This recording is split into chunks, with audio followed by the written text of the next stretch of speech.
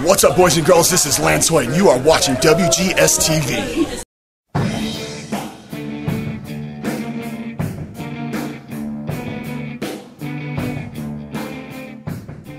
Welcome to another installment of WGS-TV right here on YouTube.com/WrestleGamer. I am Double B Billy Boudreaux, and we're going to be talking another retro review on this video. We'll be talking WCW NWO Superbrawl VIII from February 22nd, 1998. Now, around this time, WCW was really going strong, in my opinion. 97 and 98 were their really strong years, and they were really knee-deep in this NWO gimmick, so much that the company started changing the names of their pay-per-views. It wasn't just WCW pay-per-views, they were WCW NWO pay-per-views. And I always thought that was a really good move to incorporate their gimmick name of the NWO into their pay-per-view names. You know, because that's when the WCW NWO storyline was really at its peak, at its strongest. And, I believe later on in the year of 1998, we saw the rift that would happen in the NWO. They would, come apart, and, one side would be NWO Hollywood, and the other side was NWO Wolfpack, which became really, really popular. So, let's check out this pay-per-view and find out what happened. And we're going to be looking at the first two matches for a reason. They were both television championship matches. And the first match, it was Rick Martel defending the television title against Booker T. Now, Rick Martel was, on the verge of his comeback into professional wrestling. It was, again, this is 1998, and he was about 1 month into his comeback, into his run in WCW, and you put on a really good match with Booker T, but he ended up losing the title. And not only that, but unfortunately he also suffered a torn MCL, which might have been disheartening for him, which might have been the end of his career. He was 1 month into his comeback, and he's already injured.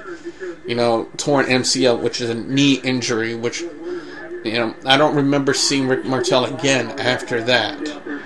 And, I kind of felt bad for him because he was in really, really good shape for his comeback in 1998, and the knee injury does him in. Felt sad for him. But, anyway, the following match, the winner of that match got to take on Perry Saturn. Perry Saturn was really drenched in the flock, Raven's flock at the time, and he was trying to get the television title and bring it to the flock, or bring it back rather to the flock. It's not the first time he was the television champion. He was television champion before in 97, if I'm not mistaken.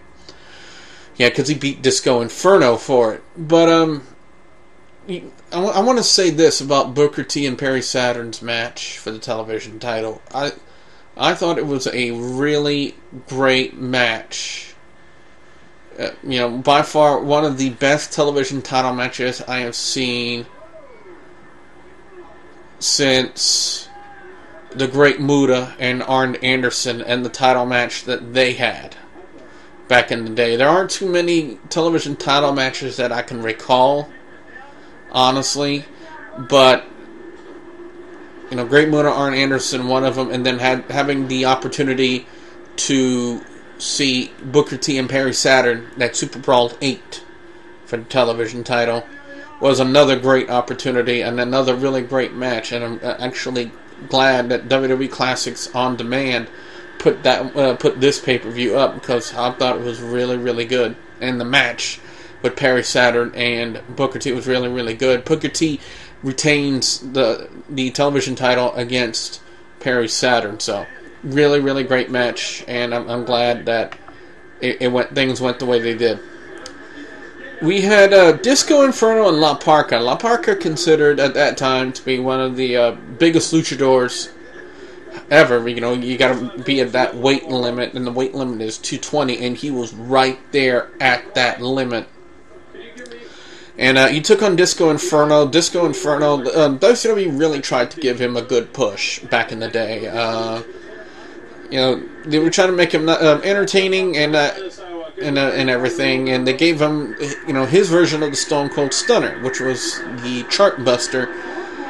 You know, and they really did. They tried to do a lot with them, but it just didn't work out, in my opinion. And that's a shame, because Glenn Gilberti, which was his real name, was very, very talented. And you know, it's just sad the way some things work out. Even though a guy could be loaded with talent, but it just doesn't work out. And same could be said for Glacier, aka Ray Lloyd. I mean, the guy was loaded with talent, and WCW just did not use him properly, in my opinion. And they did not use Disco Inferno, in my opinion, properly. You know, they tried to make it work, it just wasn't there. But Disco Inferno hits La Parka. La Parka's gimmick at the time, they were calling him the WCW chairman. And why I say that is because he always bring out a chair during his intros. So Disco Inferno hits the chart buster and gets the win over La Parka. Next up, we had Bill Goldberg and Brad Armstrong. And you know, now that I've been thinking about it, again, this is during Bill Goldberg's first undefeated run in WCW. He hands down gets the win over the member of the Armstrong family, Brad Armstrong. But now that I think about it, you know, I've got some opinions that I would like to make about Bill Goldberg. I'm not going to do them on this video, because this video's purpose is my review of Superbrawl VIII from February 22nd, 1998. I'm probably going to save my opinions and my thoughts about Bill Goldberg's run in WCW for another video. So look for that coming up soon. The next match, it was Chris Jericho and Juventud Guerrera. It was the Cruiserweight title versus the mask of Juventud Guerrera. And really, really great match between these two. Jericho really pulling off the cowardly crybaby heel really, really well at that time. You know, it was one of his first heel runs, if I'm not mistaken, in WCW. It's when he started doing that whole crybaby, frustrated, wham, things not going my way thing kind of heel gimmick in there. And he pulled it off spectacularly and beautifully. I loved that gimmick. And Juventud Guerrera, talented as always, but he always just came up with the short end of the stick. And I don't mean that literally, you know, because he's short, but, you know, Juventud Guerrera loaded with talent, but, you know, some things just come up that, you know, kind of hamper someone's career, and especially here in America, you know, Juventud's career, especially in the WWE, really didn't go anywhere, and I feel sad for him, because I kind of saw the gimmick they were using at the time. For those of you who don't recall, you had a group with him, with Psychosis, and with Super Crazy, the Mexicools. But it really didn't go anywhere. But I really enjoyed this match. Jericho was really using the Lion Tamer and not the Walls of Jericho. The reason I say that, the Walls of Jericho is more along the lines of a traditional Boston Crab, with Jericho's variation of the Lion Tamer Boston Crab maneuver. He sat more back on it, and more of the weight was on the chest and the facial area rather than the whole body and the back, and that's the way he did it. So he counters one of Juventud's Hurricanranas into the Lion Tamer in the middle of the ring. Juventud has no choice but to tap out, losing the match and losing his mask. And Mike Tenay made several references during this match, saying that, you know, when a luchador loses his mask, he loses his identity, and in a lot of instances, kind of loses his career. So, but Juventud went on to have a fairly mediocre to decent run in WCW after he loses his mask. You know, and you know, I'm not going to say spectacular. You know, he had a top notch, and they're giving him all the push. No, it didn't go that way. but he still had, I want to say, medium to decent run in WCW. With British Bulldog taking on Steve, Mongo, McMichael. Apparently these two were in a battle of, the strong man. Want to see who was stronger one. And, kind of a lot of controversy in this match as well. Mongo gets his arm hurt in the match, and British Bulldog put him in a Fujibar armbar. And Mongo would not give it up, but at the referee's discretion, he stopped the match and awarded it British Bulldog because the referee deemed that Mongo could not continue. And Mongo was very upset. You can hear him screaming to the camera that, he gave him the match. He gave him the match. I did not say I quit. And that's pretty much true. He did not give it up, but the referee stopped it at his discretion. So the next match, it was a no disqualification match we had with Lex Luger and Randy Savage. The issues with Randy Savage, the late great Randy Savage, by the way, at that time, where he was, again, for those of you who didn't remember, he was a part of the NWO, but on the Thursday Thunder before, that was their program before their pay-per-views, was WCW Thunder. And what happened was, apparently the NWO attacked Macho Man, and he's supposed to be a part of the group, and laid him out and offered him up to Lex Luger on that. But and Lex Luger, he went into the match with taped up ribs, bruised ribs or something like that. That's the way they were playing it up. So during the match, between these two, it was really good on itself. And then, typical, again, no disqualifications. The NWO comes out, and they try to assault not only Lex Luger but Randy Savage at the same time. Hulk Hogan comes out, and as Lex Luger puts Randy Savage up in the torture rack, he tells the NWO to back off, and as soon as Macho Man gives it up, they pan back over to Hogan, and they hear him say, "I'm glad he lost. I am glad he lost." And this will play kind of a pivotal role in the main event. When we get to it, I will talk about it. The next match was for the Unified Tag Team titles. It was the Steiner brothers, Rick and Scott, with their manager Ted DiBiase at that time. Yes, he was a manager. Taking on the Outsiders in the form of Kevin Nash and Scott Hall. Now, the reason why I classify it as Unified Tag Team Champions... The reason why I classify it as Unified Tag Team Champions... it was at that point where the Outsiders were going around with bogus WCW championship belts, saying that they were the tag team champions and not the Steiners. And the Steiners were recognized as the tag team champions of WCW, and they had what they called a unification match 2 weeks prior to WCW Superbrawl VIII, where they would unify these two belts, and the Steiner brothers won. So when they made their entrance for Superbrawl in this match, the return match with the Outsiders, they were essentially had 4 championship belts. This match had a lot of significance to it. It was the start of Scott Steiner's heel run and his entrance into the NWO as he would turn his back on Rick Steiner and Ted DiBiase and forcing him to... Ted DiBiase, and he knocked Ted DiBiase out and forced him to get help. Dusty Rhodes was in the corner of the Outsiders. Dusty Rhodes was heel at the time. But, again, they pretty much used this match to signify the start of Scott Steiner's heel run and his run with the NWO, and the Outsiders end up with the Unified Tag Team Championship. The main event saw Sting going against Hollywood Hogan for the vacated WCW World Heavyweight title.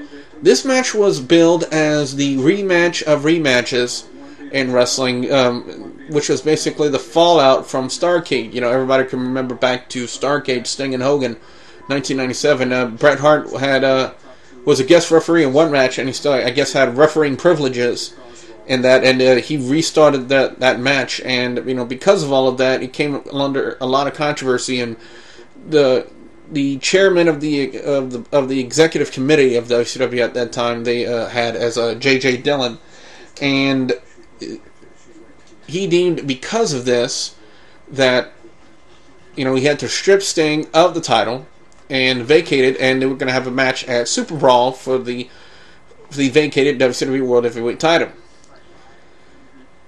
Nick Patrick was also reinstated on this night because, again, Nick Patrick was heavily involved also in the NWO as their referee.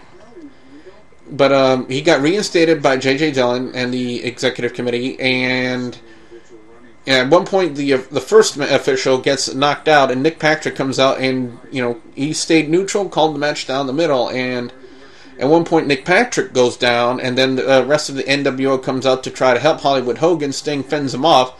And then you see Macho Man drop the elbow on Hollywood Hogan. It was either that or he dropped a can of spray paint because a can of spray paint came out of nowhere. I didn't see where it came from. But it was either that or the elbow, and pretty much cost Hollywood Hogan the WCW World Heavyweight title because Sting got the win. And then if you guys don't remember, the NWO MO was to spray paint their letters on the torso of the people they hurt. Sting turned it around on that one, Hogan, and spray painted WCW on the torso of the former NWO World Heavyweight Champion. Superbrawl VIII, I loved it. It was really sad to see that was pretty much the end of Rick Martel in WCW. I don't remember any other further involvement he had, past that torn MCL injury. Booker T, really, at the height of his career at this time, in my opinion. Bill Goldberg, you guys will have my opinions on him in another video. I will not express my opinions on him in this video. Chris Jericho, Juventud, Guerrera, fabulous match. Fabulous match. Cruiserweight versus The Mask. Loved it. The late British Bulldog taking on Steve Mongo McMichael, really well done. Lex Luger, Randy Savage, great as always. The Outsiders and Scott Steiner. The Steiner brothers. Seeing Scott Steiner's, introduction into his first heel run and the introduction into the NWO really set off a really good singles career for Big Papa Pump, or the band who would later be known as Big Papa Pump. And, of course, Sting and Hogan. What else can we say? It's Sting and Hogan in their prime. This is not TNA Sting and TNA Hogan. We're talking about Sting, prime WCW Sting, and Hollywood Hogan, NWO Hollywood Hogan, both men in their prime. I know a lot of people out there might disagree with me, saying that both men were not in their prime. You're saying, Double B, what are you saying? You're kind of cuckoo. But my personal opinion, both in Sting and Hogan were in their prime for Superbrawl VIII back in February 22nd of 1998, and that's what made that main event really, really good. So, what I want to know is, what do you guys have to say about WCW NWO Superbrawl from February 22nd, 1998? I'm very interested to hear your guys' responses to the pay-per-view if you haven't seen it yet, or if you have, whether it was DVD, tape, or like me, WWE Classics on Band. One reason why I love it, and I'm going to miss it when the WWE Network comes around, because I still don't know if my cable company is going to carry it. So I want to hear what you guys have to say. The two ways to do it, either in the comment section below or in a video response. Your thoughts about WCW NWO Superbrawl VIII from February 22nd, 1998. By the way, if you liked what I had to say in the video, be sure that you hit that like button, and if you haven't yet, subscribe. So with that being said, I'm Double B Billy Boudreaux saying thank you very much for watching.